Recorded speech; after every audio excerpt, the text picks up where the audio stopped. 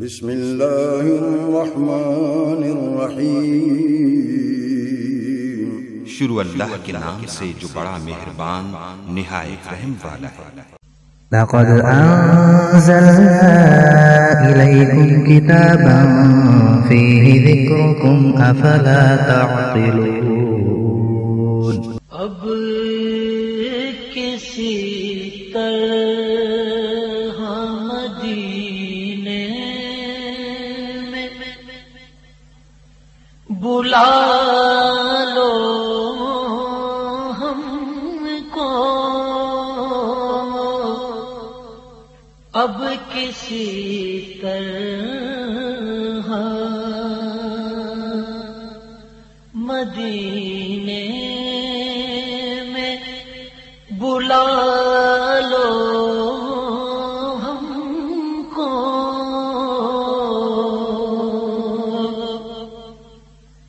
اب کسی طرح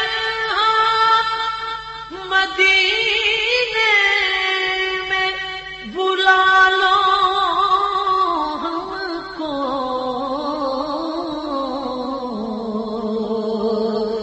ہجر کے گھور اندھیروں سے بچا لو ہم کو، ہجر کے گھور اندھیروں سے بچا لو ہم کو۔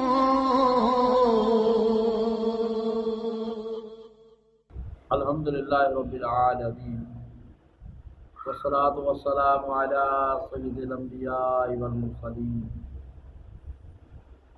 وعلی آلہ وصحبہ اجمعین، اما بعد، فاعوذ باللہ من الشیطان الرجیم، بسم اللہ الرحمن الرحیم، ومن لم يتب فأولئک هم الظالمون، صدق اللہ مولانا العظیم۔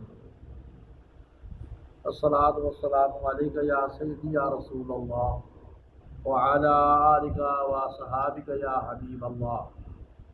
الصلاۃ والسلام علیک یا سیدی یا رسول اللہ وعلی آلک وصحابک یا نبی اللہ۔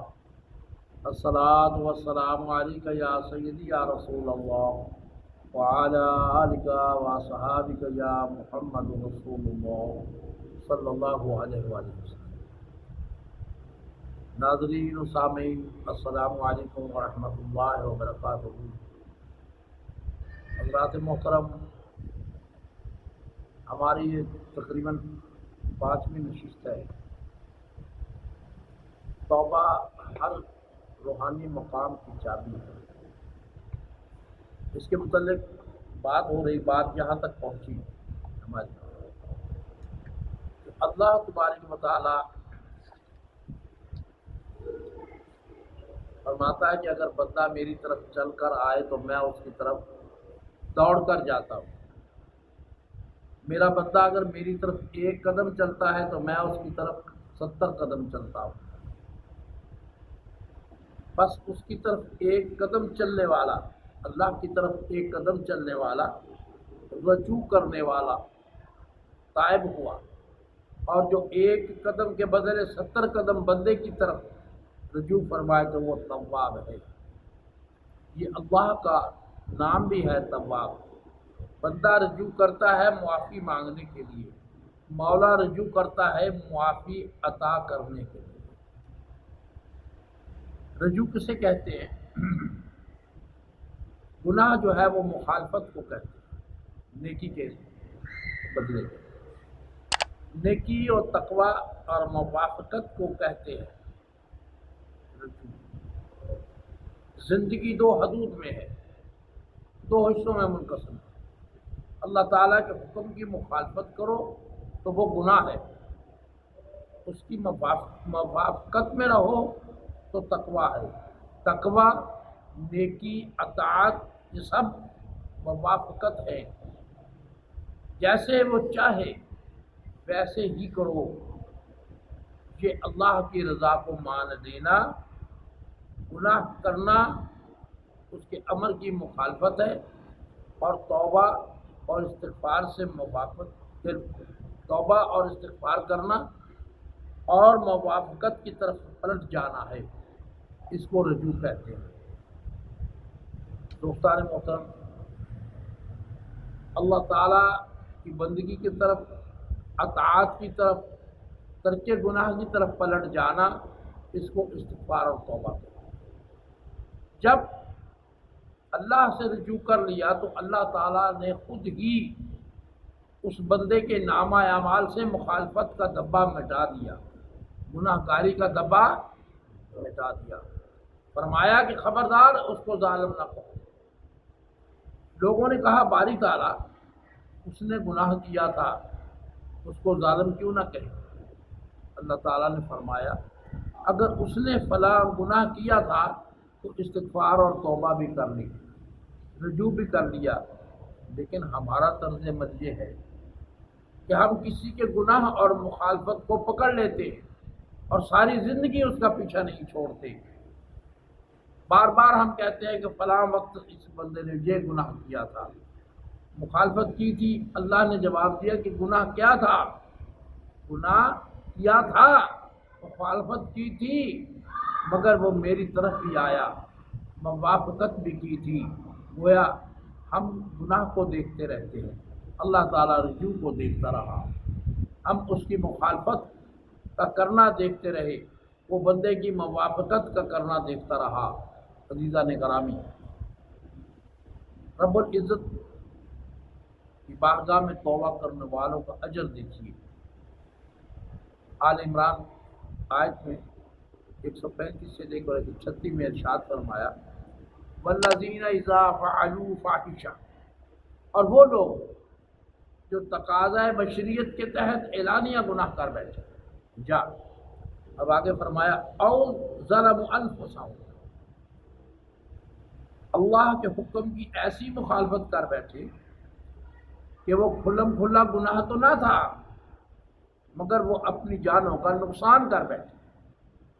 اگر چھپ کر بھی گناہ کیا تو وہ اپنی جان پر انہوں نے ظلم کیا، وہ ظلم کر بیٹھے۔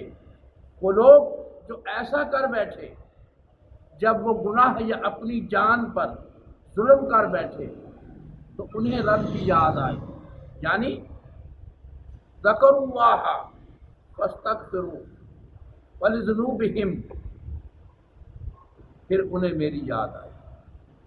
کیا فرمایا رب تعالیٰ نے کہ جب وہ گناہ کر بیٹھے انہیں میری یاد آ گئی، مجرموں نے مجھے پھر یاد کر لیا۔ جب مجھے یاد کیا، میرے سے رجوع ہو گیا، دھیان میری طرف ہو گیا، جب میرا ذکر کیا تو میری یاد آ گئی، نادم و شرمندہ ہو گئے، بس انہوں نے اپنے گناہوں کے لیے مجھ سے استغفار کیا، معافی مانگی۔ جب رب تعالیٰ نے یہ فرمایا، اتنا فرمانے کے بعد اللہ تعالیٰ کے کلام کا انداز بدل گیا۔ فرمایا آگے وَمَن يَغْفِرُ الذُّنُوبَ إِلَّا اللَّهُ، اب اللہ کہتا ہے سبحان اللہ، بتاؤ کون ہے اللہ کے سوا معاف کرنے والا؟ کون اللہ کے سوا جو اس کو معاف کر دے گا؟ اگر میں بھی معاف نہ کروں اور ان کے گناہ دیکھتا رہوں تو اور کون ہے دنیا میں معاف کرنے والا؟ پھر گناہوں کی طرف انگلیاں اٹھانے والوں کے لیے فرمایا وَلَمْ يُصِرُّوا عَلَىٰ مَا فَعَلُوا، دیکھتے نہیں کہ گناہ کر بیٹھے تھے مگر اس کے بعد انہوں نے تکرار نہیں کی، اپنے گناہ پر اصرار نہیں کیا، وَهُمْ يَعْلَمُونَ، وہ ضد نہیں رہے، اس لیے کہ جو ضد نہیں کرتا اہل اللہ ہر وقت چونکہ توبہ میں رہتے ہیں اور اپنی پچھلی خطاؤں کو یاد کر کے اللہ سے معافی مانگتے ہیں، اللہ معاف کر دیتا ہے، تو گویا معاف فرما دیا اور فرمایا میں ناراض اس وقت ہوتا ہوں جب وہ اڑے رہتے ہیں اصرار کرتے رہتے ہیں، تکرار کرتے رہتے ہیں۔ خطا ہو گئی تو معافی مانگے تو میں معاف کر دیتا ہوں۔ اولئک جزاؤہم مغفرۃ من ربہم، یہ وہ لوگ ہیں جن کی جزا ان کے رب کی طرف سے بخشش ہے۔ اب پھر بات کو یہاں نہیں روکا، رحمت مزید جوش میں آ گئی، توبہ کا دروازہ کھول دیا، عطا کا دروازہ کھول دیا۔ فرمایا جنہوں نے ایک بار گناہ کیا اور ایک بار توبہ کی ان کو بخشش کی جزا دے دی۔ کچھ لوگوں کو دیکھا کہ گناہ تو انہوں نے ایک بار کیا مگر توبہ بار بار کرتے رہے اور کرتے جاتے ہیں، گناہ پر اصرار نہیں کیا مگر توبہ پر اصرار کرتے رہے اور پھر بھی توبہ کرتے رہے، بخشش ہو گئی، پھر بھی یہی صدا ان کے لبوں پر ہے کہ مولا ہمیں معاف فرما دے۔ فرمایا جن کو بخش دیا وہ جزا والے تھے، تم عطا والے ہو، صرف بخشش لے کر نہ جاؤ، اس لیے کہ بخشش تو جزا ہے اور بدلہ ہے۔ گناہ کر کے جو توبہ کی تھی اس کا بدلہ اور جزا بخشش ہے۔ بندے نے توبہ کی اور میں نے اس کی توبہ کو اس کا حق بنا دیا اور اس کو بخش دیا۔ اے بندے، گناہ پر اصرار و تکرار بھی نہیں، توبہ پھر بھی کیے جا رہا ہے، تجھے بخشش تو بدلے میں دے دی ہے، اب اس کے علاوہ عطا یہ ہے کہ تمہیں جنت عطا کر دی گئی، اور کہا وَجَنَّةٌ تَجْرِی مِن تَحْتِہَا الْأَنْہَارُ خَالِدِینَ فِیہَا جَزَاءً۔ بخشش تھی اور عطا جنت ہے۔ پہلے رب نے بخش دیا اور عطا کیا جنت، تمہیں جنتیں، نہریں اور عیش و آرام کی جنتوں کی زندگی دیتا ہوں۔ پھر فرمایا کچھ وہ ہیں کہ وہ پھر بھی توبہ پہ توبہ کیے جا رہے ہیں، مولا مجھے بخش دے۔ یہ اولیاء اللہ ہیں۔ اولیاء اللہ کی مثال ہے۔ کسی ولی اللہ سے پوچھا گیا کہ گناہ اور توبہ کیا ہے؟ انہوں نے بڑا خوبصورت جواب دیا۔ انہوں نے کہا کہ یہ مالک اور غلام کے درمیان ایک رشتہ ہے، مالک اور غلام کے درمیان ایک رشتہ ہے۔ میں نے ایک بار گناہ کیا تھا اور 80 سال سے توبہ کر رہا ہوں، 80 سال سے توبہ کر رہا ہوں۔ یہ وہ لوگ ہیں جو پوری زندگی توبہ میں گزار دیتے ہیں۔ وما علینا الا البلاغ۔